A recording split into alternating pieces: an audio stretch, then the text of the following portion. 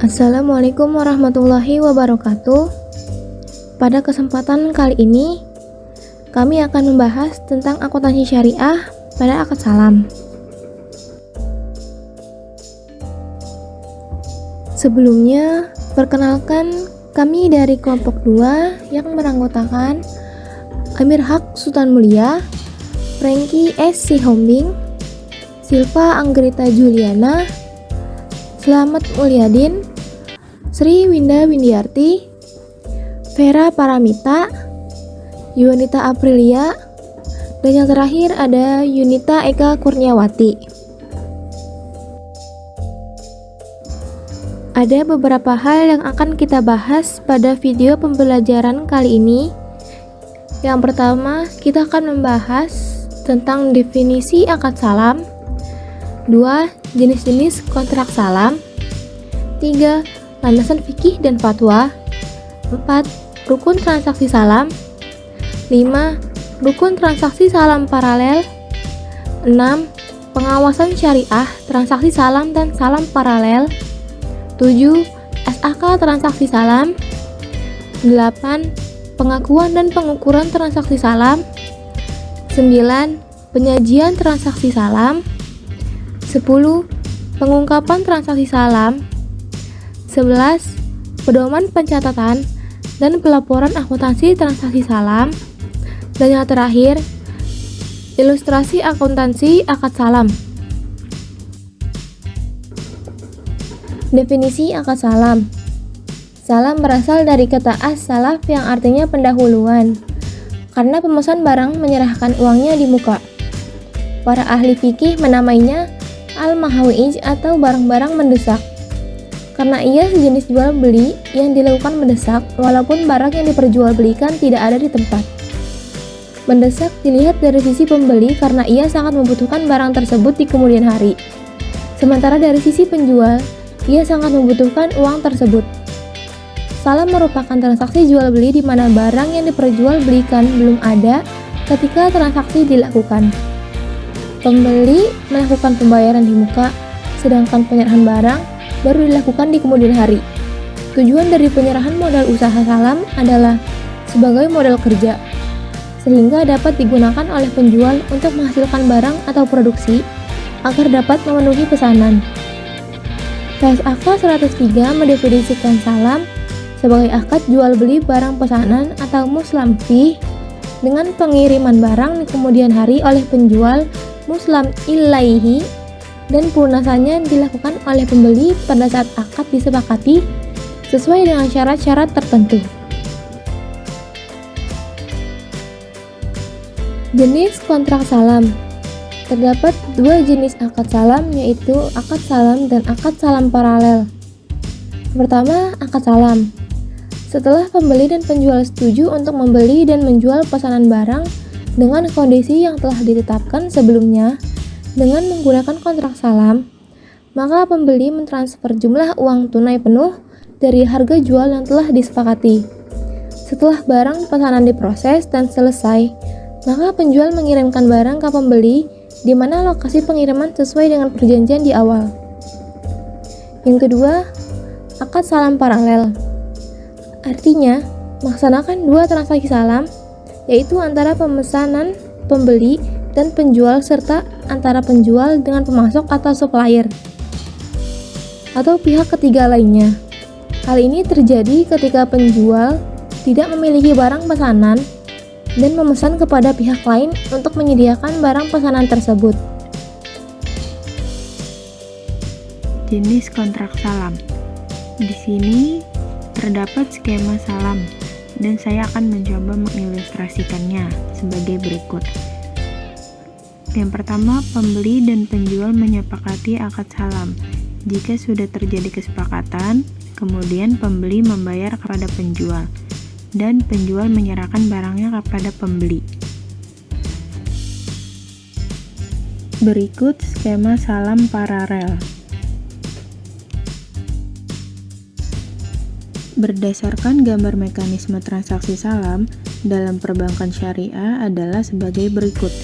Yang pertama, salam adalah transaksi jual beli di mana barang yang diperjualbelikan belum ada, sehingga barang diserahkan secara tangguh, sedangkan pembayaran dilakukan secara tunai.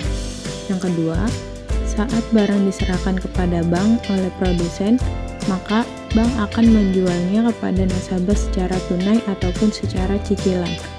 Harga jual yang ditetapkan bank adalah harga beli bank dari nasabah yang ditambah keuntungan. Yang ketiga, bila bank menjual secara tunai, biasanya disebut pembiayaan talangan.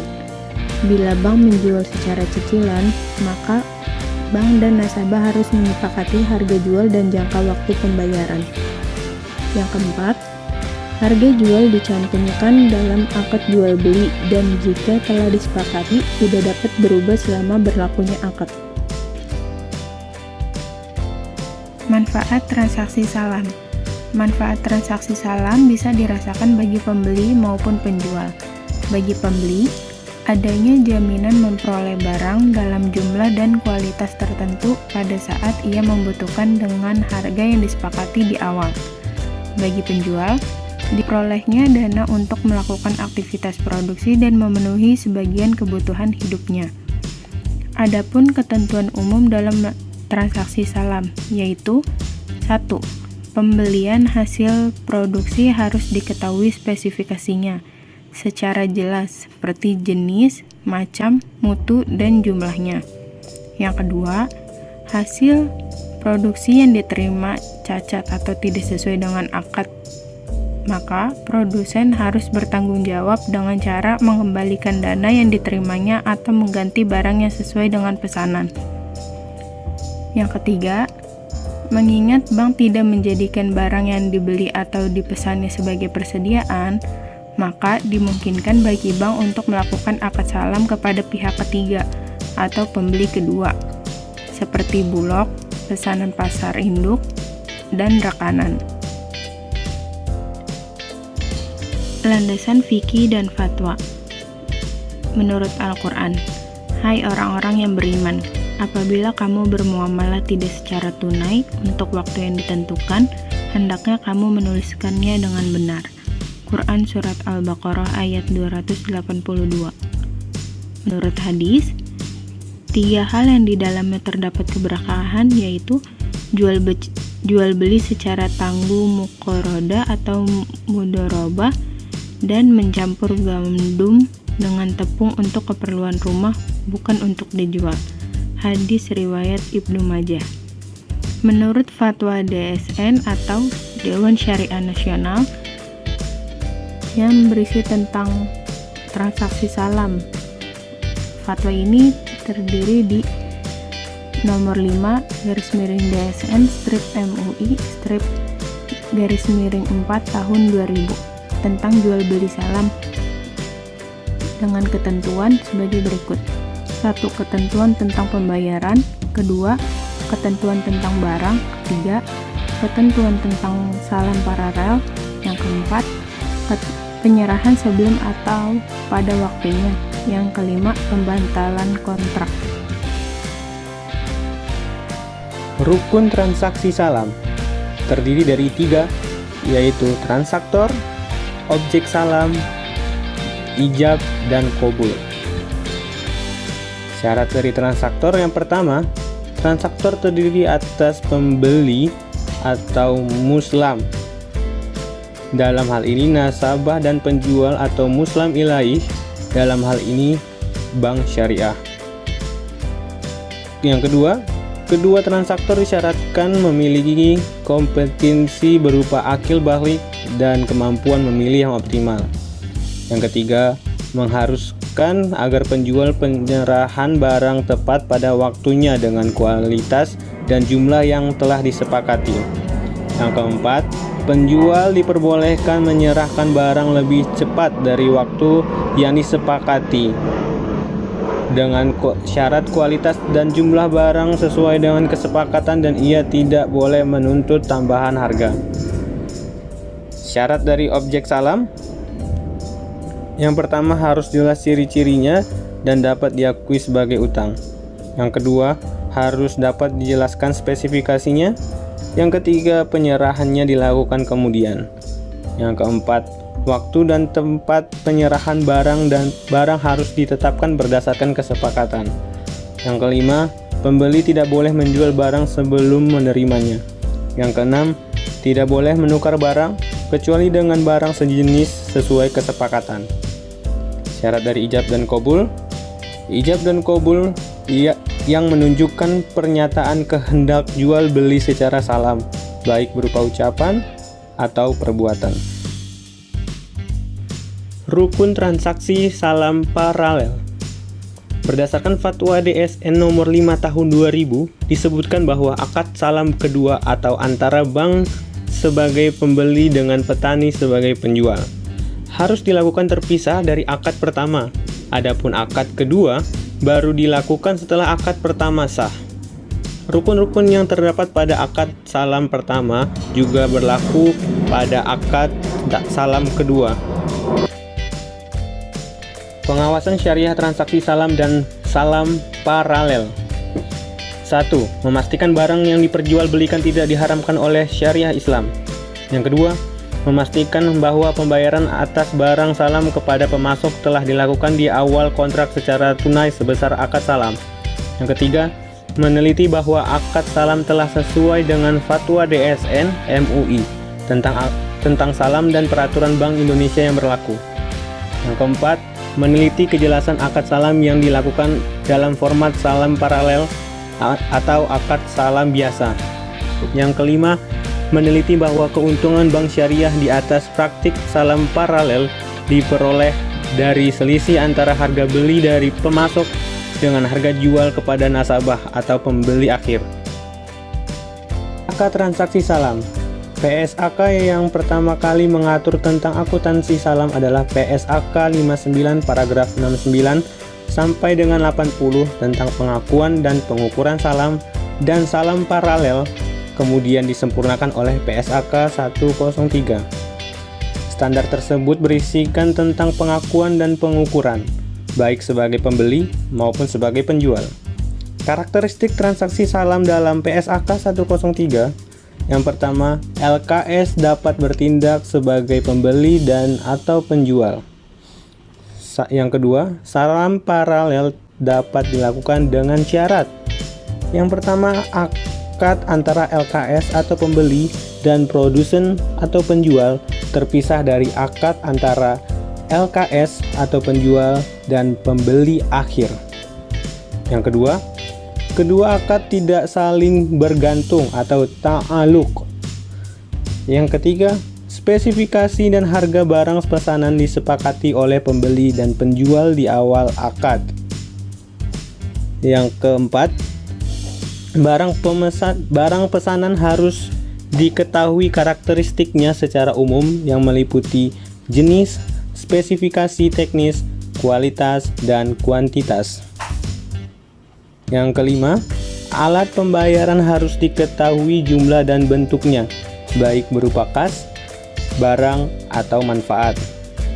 Yang keenam, transaksi salam dilakukan karena pembeli berniat memberikan modal kerja terlebih dahulu untuk memungkinkan penjual memproduksi barangnya yang dipesan memiliki spesifikasi khusus atau pembeli ingin mendapatkan kepastian dari penjual. Pengakuan dan pengukuran akad salam. Pengakuan dan pengukuran akad transaksi salam yang diatur dalam PSK 59 mengatur pengakuan dan pengukuran bank sebagai pembeli dan bank sebagai penjual. Sedangkan PSK 103 sebagai perubahan dari PSK 59 mengatur tentang pengakuan dan pengukuran akuntansi untuk pembeli dan untuk penjual. Ketentuan akuntansi akad salam untuk pembeli terdiri dari 5. Yang pertama, piutang saham diakui pada saat modal usaha salam dibayarkan atau dialihkan kepada penjual. 2. Modal usaha salam dapat berupa kas dan aset non-kas. 3. Penerimaan barang pesanan diakui dan diukur jika barang pesanan sesuai dengan akad dinilai sesuai dengan nilai yang disepakati dan jika barang pesanan berbeda kualitasnya. 4. Pembeli dapat mengenakan denda kepada penjual. Denda hanya boleh dikenakan kepada penjual yang mampu menyelesaikan kewajibannya, tetapi sengaja tidak melakukannya. Yang kelima, barang pesanan yang telah diterima diakui sebagai persediaan. Penyajian akuntansi transaksi salam terdiri dari 3. Yang pertama, pembeli menyajikan modal usaha salam yang diberikan sebagai piutang salam. Kedua, piutang yang harus dilunasi oleh penjual karena tidak dapat memenuhi kewajibannya dalam transaksi salam disajikan secara terpisah dari piutang salam. Dan yang ketiga, penjual menyajikan modal usaha salam yang diterima sebagai kewajiban salam. Pengungkapan akad salam terdiri dari 3 hal. 1. Piutang salam kepada produsen atau dalam salam paralel yang memiliki hubungan istimewa. Yang kedua, jenis dan kuantitas barang pesanan. 3. Pengungkapan lain sesuai dengan PSK nomor 101 tentang penyajian laporan keuangan syariah. Pedoman dan pencatatan akuntansi akad salam. Transaksi salam yang dijelaskan dalam bagian ini merupakan transaksi salam dalam konteks praktik perbankan syariah. Menurut tim pengembangan perbankan syariah IB, bahwa rukun salam adalah terdiri dari 4 hal. Yang pertama, pihak yang berakad, yaitu pembeli atau pemesan serta penjual. Yang kedua itu objek, yaitu barang yang disalamkan serta harga atau modal salam. Yang ketiga itu akad, yaitu ijab kabul atau serah terima. Dan yang keempat itu berakhirnya akad. Berakhirnya akad terjadi jika yang pertama ada barang yang dipesan tidak ada pada waktu yang ditentukan. Yang kedua itu barang yang dikirim cacat atau tidak sesuai dengan yang disepakati dalam akad. Yang ketiga, barang yang dikirim kualitasnya lebih rendah dan pembeli membatalkan. Dan yang keempat, barang yang dikirim kualitasnya tidak sesuai dengan akad tetapi pembeli menerimanya. Dan yang kelima, barang diterima. Berikut contoh ilustrasi akuntansi akad salam. Nah, yaitu yang pertama itu modal salam dalam bentuk uang tunai. Contohnya, pada tanggal 1 Januari 2013 pembeli memberikan modal salam kepada penjual senilai Rp100.000 secara tunai. Pengiriman akan dilakukan setelah tanggal 31 Maret 2013 pada masa panen. Nah, untuk jurnal penjual yaitu bekas pada utang salam senilai Rp100.000. Dan untuk jurnal pembelinya, piutang salam pada kas yaitu dengan nilai Rp100.000. Nah, selanjutnya 31 Maret 2013 barang dikirim oleh penjual. Nah, barang yang dikirim itu sesuai akad. Dan untuk jurnalnya itu jurnal penjualnya utang salam pada penjualan senilai Rp100.000. Dan untuk jurnal pembelinya aset salam pada piutang salam senilai Rp100.000. Bagaimana jika barang yang dikirim tidak sesuai dengan akad tetapi pembeli menerimanya? Nah, contohnya jika nilai lebih tinggi dari nilai akad salam, contohnya nilai barang Rp120.000, maka jurnal untuk penjualnya yaitu utang salam pada penjualan senilai Rp100.000. Dan untuk jurnal pembelinya aset salam pada piutang salam senilai Rp100.000 juga. Dan jika nilai lebih rendah dari nilai akad salam, contoh nilai barangnya Rp95.000, maka untuk jurnal penjualnya yaitu utang salam pada penjualan senilai Rp100.000. Untuk jurnal pembelinya aset salam Rp95.000 dan kerugian Rp5.000 pada debit pada piutang salam Rp100.000 kredit. Adapun jika barang yang dikirim tidak sesuai dengan akad tetapi pembeli tidak menerimanya. Nah, untuk penjualan yang diberikan tambahan waktu untuk jurnal penjual dan jurnal pembelinya, perubahan dilakukan secara teknik operasional. Dan jika pembeli membatalkan pesanan dan penjual melunasinya, nah jurnal penjualnya itu utang salam pada utang lain-lain senilai Rp100.000 dan utang lain-lain pada kas senilai Rp100.000 juga. Dan untuk jurnal pembelinya yaitu piutang lain-lain pada piutang salam senilai Rp100.000 dan kas pada piutang lain-lain senilai Rp100.000. Bagaimana jika pembeli membatalkan pesanan dan pembeli memiliki jaminan? Nah, pada saat memiliki menerima jaminan, maka jurnal penjual dan jurnal pembelinya dilakukan secara off balance sheet. Nah, sedangkan pada saat jaminan dijual, contohnya jaminan dijual oleh pembeli senilai Rp120.000, maka untuk jurnal penjualnya itu piutang salam Rp20.000, utang salam Rp100.000, debitnya pada aset senilai Rp120.000 kredit. Nah, untuk jurnal pembelinya itu yaitu kas senilai Rp120.000 pada piutang salam Rp100.000 dan utang Rp20.000 kredit. Bagaimana pada saat jaminan dijual lebih rendah dari nilai salami pada awalnya, contohnya senilai Rp80.000. Nah, untuk jurnal penjualnya itu utang salam senilai Rp100.000 pada aset Rp80.000 dan utang Rp20.000 kreditnya. serta utang pada kas senilai Rp20.000. Nah, untuk jurnal pembelinya yaitu piutang senilai Rp20.000 dan kas Rp80.000 pada piutang salam senilai Rp100.000. Nah, dan serta kas pada piutang senilai Rp20.000. Adapun jika penjual lalai sehingga dikenakan denda sebesar Rp50.000, denda tersebut dibayar secara tunai. Nah, maka jurnal penjualnya yaitu kerugian pada kas senilai Rp5.000. Nah, untuk jurnal pembelinya dana kebajikan kas pada dana kebajikan denda senilai Rp5.000. Untuk transaksi dengan penyerahan aset non-kas, misalnya penyerahan aset non-kas dengan nilai tercatat Rp80.000, nilai wajar Rp110.000. Jurnal penjualnya yaitu aset pada utang salam senilai Rp110.000. Nah, untuk jurnal pembelinya piutang salam Rp110.000 pada aset non-kas Rp80.000 dan keuntungan Rp30.000. Nah, contoh selanjutnya penyerahan aset non-kas dengan nilai tercatat Rp80.000 dengan nilai wajar Rp70.000. Maka jurnal penjualnya yaitu aset pada utang salam senilai Rp70.000. Nah, untuk jurnal pembelinya yaitu piutang salam Rp70.000 dan kerugian Rp10.000 pada aset non-kas Rp80.000. Nah, untuk pencatatan transaksi lainnya yang relevan tidak berbeda dengan pencatatan transaksi lainnya pada butir yang pertama tadi. Demikianlah presentasi video kami dari kelompok 2 terkait transaksi dan akuntansi akad salam.